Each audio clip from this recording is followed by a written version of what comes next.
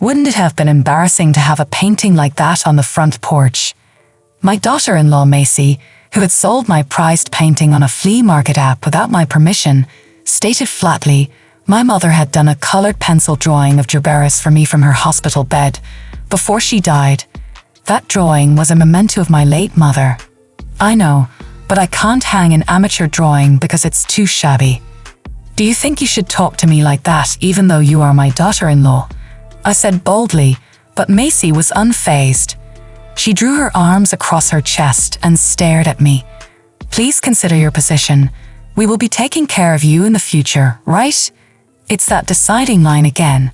So you're allowed to sell my belongings without my permission. I'm your one and only son's wife. Think about how much we are going to take care of you. Macy gave me one more look before walking out the door, her luxury brand shoes clacking. I'd be moving into a new house alone the next day. Macy knew this and sold the painting to harass me. Henry, my son, and Macy, my daughter-in-law, had sold my belongings without my permission before. I was furious but resigned to the fact that I would never get them back.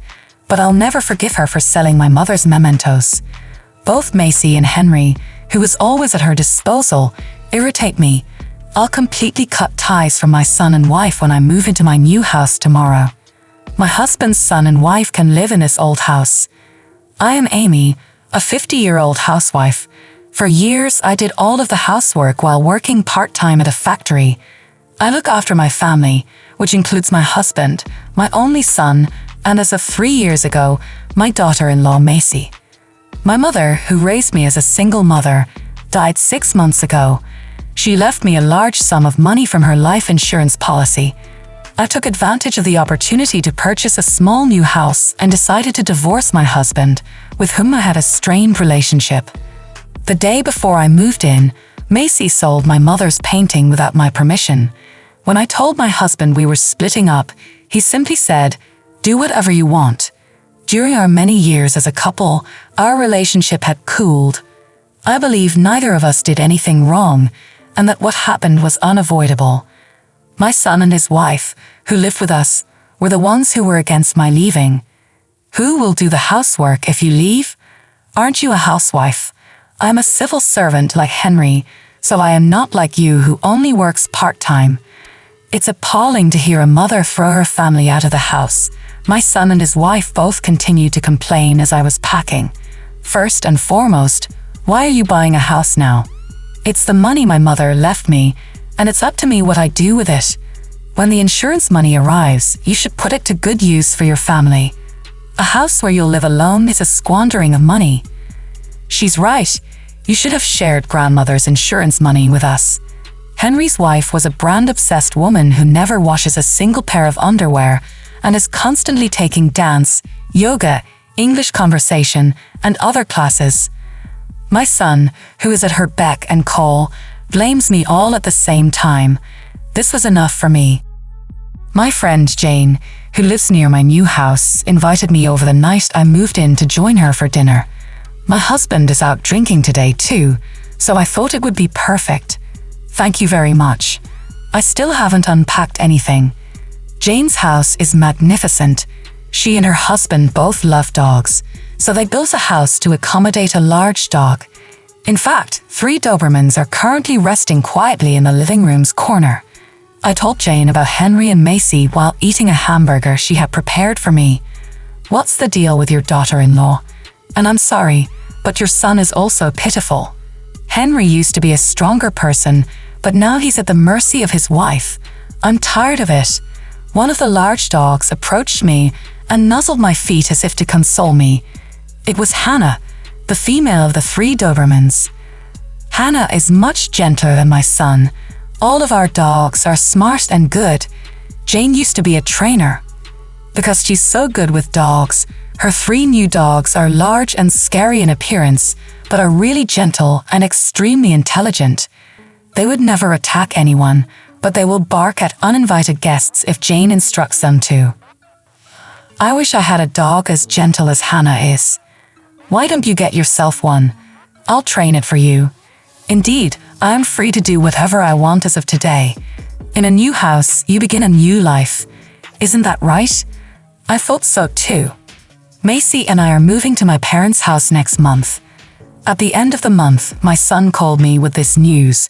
I had just gotten used to living alone and was starting to enjoy my independence. Your parents' house. Oh, you're moving to Macy's parents' house. No, it's my mother's house. My home. You already live at your father's house. I wasn't sure what he was saying. I talked with Macy.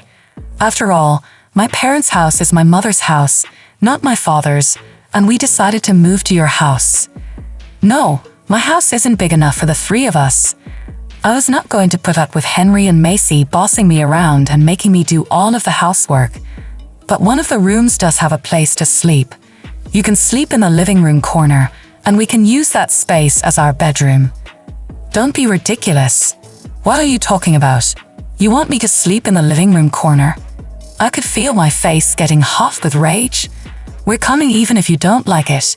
I'll start by shipping you a couple of boxes. I'm not going to accept them. Well then, I'll think of something. Anyway, I'm coming. So please look after me, Henry said and abruptly hung up the phone. I don't want this. I despise the idea of Henry and Macy bossing me around and forcing me to do all the housework. That is something I will not allow to happen. The next day, Jane and I went to a family restaurant. I wanted her to listen to my story. I'm sorry, but you have the worst son and daughter-in-law. She sipped her latte. You must not accept it under any circumstances. You must politely say no. Well, since it is those two, they might hire a moving company. I don't know what to do. To wash down my pitiful feelings, I drank a sip of jasmine tea. I enjoy this tea, but it is quite bitter. Well, it is difficult to say no when the movers will come. If we're not careful, we might get into trouble. We have to do something to make them not want to come to my house. I can't stand the way they're acting. Well, we could ask my children for help. What? Hannah and the dogs? Hannah, son, and Sky are Jane's 3 kids, her 3 beloved Dobermans. My dogs will bark, growl, and act out to some extent on command. I could ask them to scare them away or something. In fact, my son has been afraid of dogs as he was a child. It's difficult to live with a son and his wife who would sell their mother's mementos without permission, so let's come up with something. I agree. Thank you very much, Jane. I felt a little relieved as a result of our conversation. When I returned home, I discovered that my son and his wife were serious. 2 large cardboard boxes had been stacked in front of the front door. These are Henry's and my possessions. We thought you would refuse the courier, so I brought them. We will move in next month, so please keep them in the house. Macy.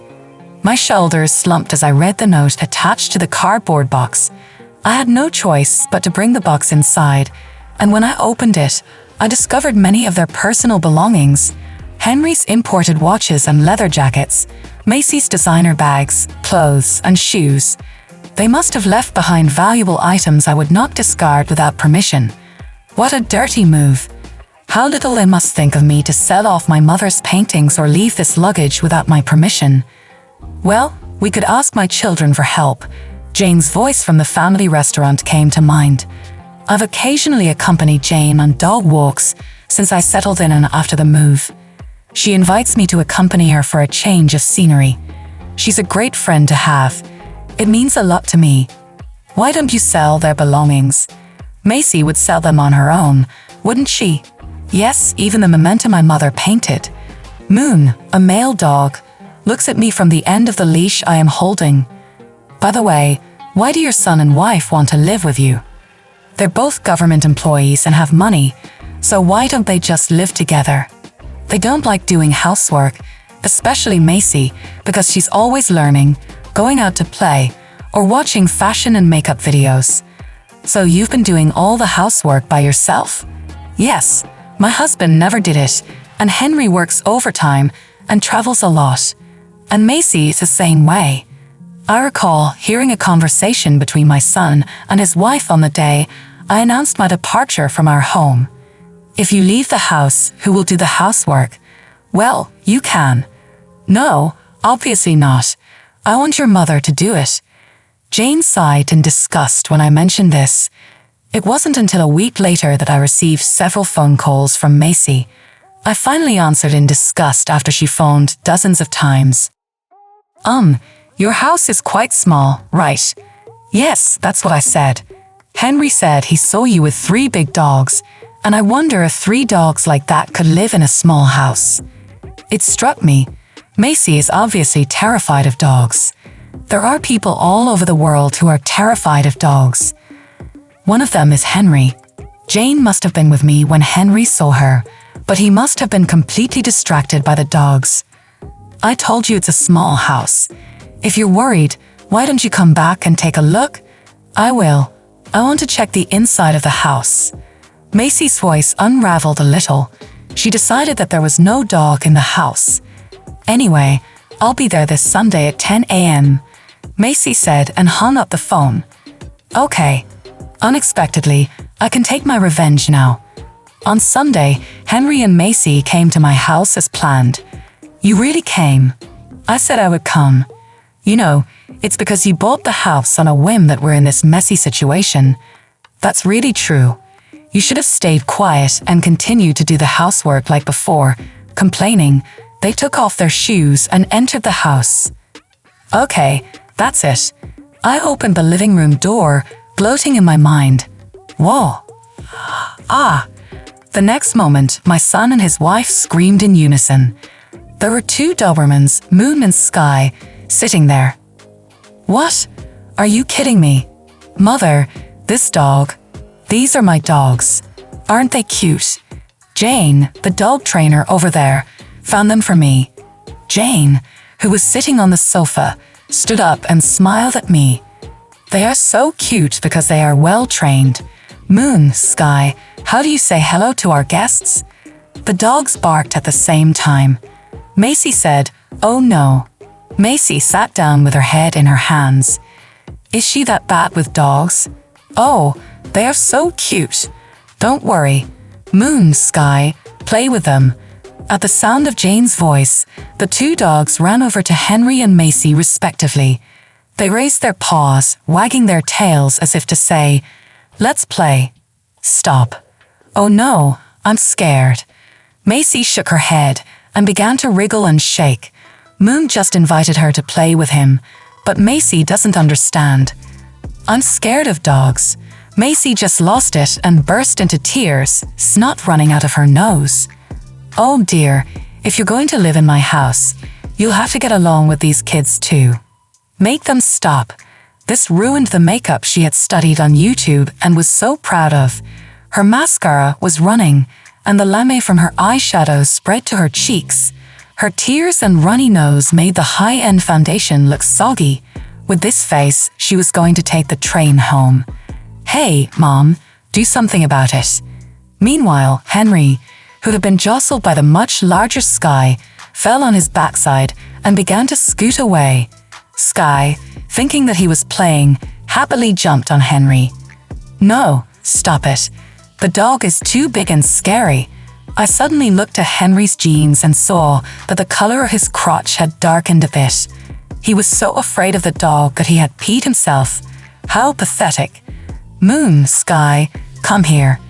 Jane decided it was time to stop and called the dogs. Immediately, the 2 dogs left Henry and Macy and returned to her. Moon, Sky, down. With that one word, the dogs lay down at Jane's feet. They really are smart kids. Until now, even though I've been slaving away at my part-time job and housework, you've never helped me. Besides, when I said I was going to leave, you decided to live on your own. Do you think your mother is stupid? I spat out the words I had been holding back as my son and his wife stood up crying. I left home because I was fed up with you. I'm not your housekeeper. But doesn't that mean you have to? He's a well-trained and smart dog, and much gentler than you. Henry and Macy lacked their usual air of bravado. A husband with a wet crotch and a wife whose makeup is a mess. They make the perfect couple. You also sold off my precious things without my permission. I will never forgive you for selling my mother's painting. I said it at once and looked at Moon and Sky, who were meekly lying face down, before looking at my son and his wife again. A house with 2 dogs this big is something we don't want. That's right, we'll give up moving. So give me back the stuff we left behind the other day, then we'll go home. They're still in the boxes in the next room. Take it and get out of here. As I pointed to the next room, Henry and Macy took a wide turn to avoid the dog before opening the door and, whoa, they both screamed again and fell on their butts. That's right, because another Doberman, Hannah, was sitting right next to the boxes in the room. Mom, the boxes. Please get them. I don't want to. You brought it yourself, so take it yourself. I peeked into the room and saw Hannah just sitting there with a calm expression on her face. I can't go near a dog like that. Then give up your stuff. You mean I should leave it? My bags and Henry's watches are in that box. You also got rid of my precious things without my permission, didn't you? I didn't ask you to leave them behind. I'm telling you, take it with you. Macy just glared at me for a moment, but then, perhaps remembering the dog's presence, she lowered her eyes with a sigh. Please, Mother, bring us the boxes. Macy, you have been making fun of me. You knew how important that painting that she sold off was to me, but you didn't stop her. Well, I'm sorry about that, but at that time, Jane came to me. Hannah, how do we greet our guests? Immediately, Hannah sat down and barked loudly. No, stop it.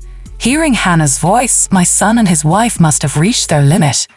With his wet jeans and her face covered in smudged makeup, they ran to the front door and got out of the house.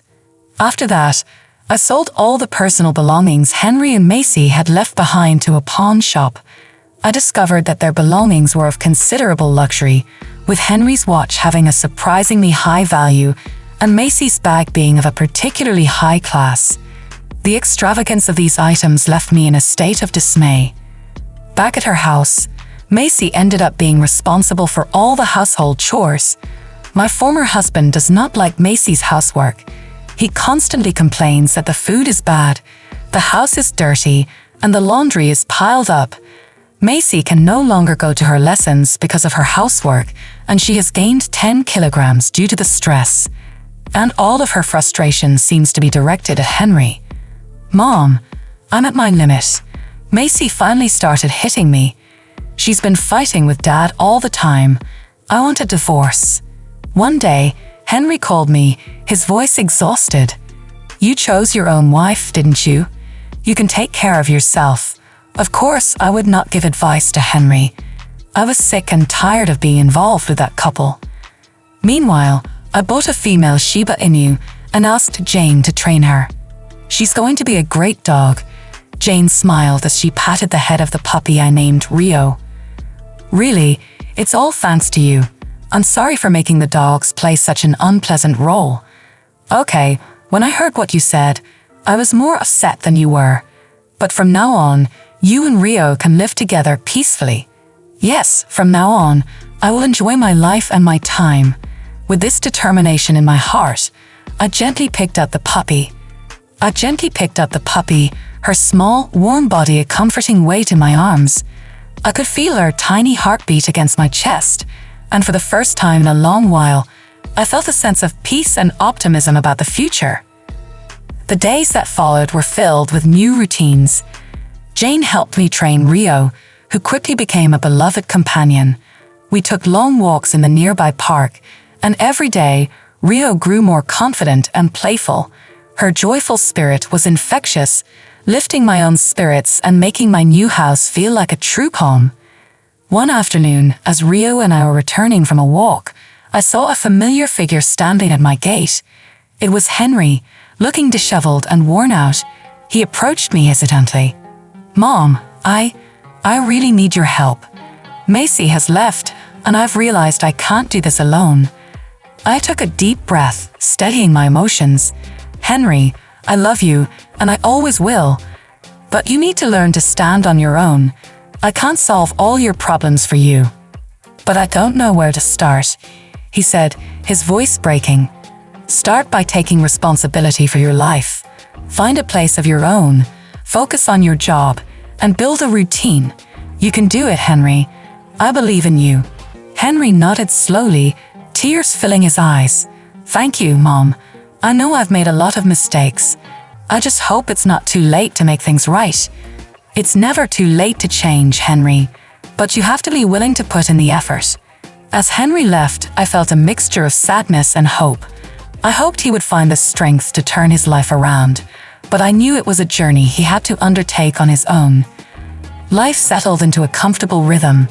I spent my days enjoying my newfound freedom, indulging in hobbies I had long neglected, and building a stronger bond with Rio. Jane and I became even closer friends, often spending evenings together with our dogs, sharing stories and laughing over cups of tea. One sunny afternoon, as Rio and I were playing in the garden, I received a call from a local art gallery. They had heard about my mother's artwork and were interested in displaying her drawing of Gerberas. I was thrilled at the opportunity to honor my mother's memory and agreed immediately. The opening night of the exhibition was a beautiful tribute to my mother's talent and spirit. Friends, neighbors, and even strangers admired her work, and I felt a deep sense of pride and connection to her. It was a reminder that, despite the trials and tribulations, life has a way of bringing us full circle. As I stood in the gallery, surrounded by people who appreciated my mother's art, I realized how far I had come. From the uncertainty and turmoil of leaving my old life behind, I had built a new, fulfilling existence. I had rediscovered my own strength and independence, and I knew that my future was bright. With Rio by my side and the support of friends like Jane, I felt ready to face whatever challenges lay ahead. Life had taught me that it's never too late to start anew, to find joy and purpose, and to create a life that truly belongs to me. And so, as I left the gallery that night, I felt a profound sense of gratitude for my mother's love and legacy, for the companionship of a loyal dog, and for the chance to live life on my own terms. The future was mine to shape, and I embraced it with open arms, ready for whatever adventures awaited. The moral of the story is that it's never too late to reclaim your independence and start a new chapter in your life. Despite challenges and betrayal from those closest to you, inner strength, self-respect, and the support of true friends can help you build a fulfilling and happy life.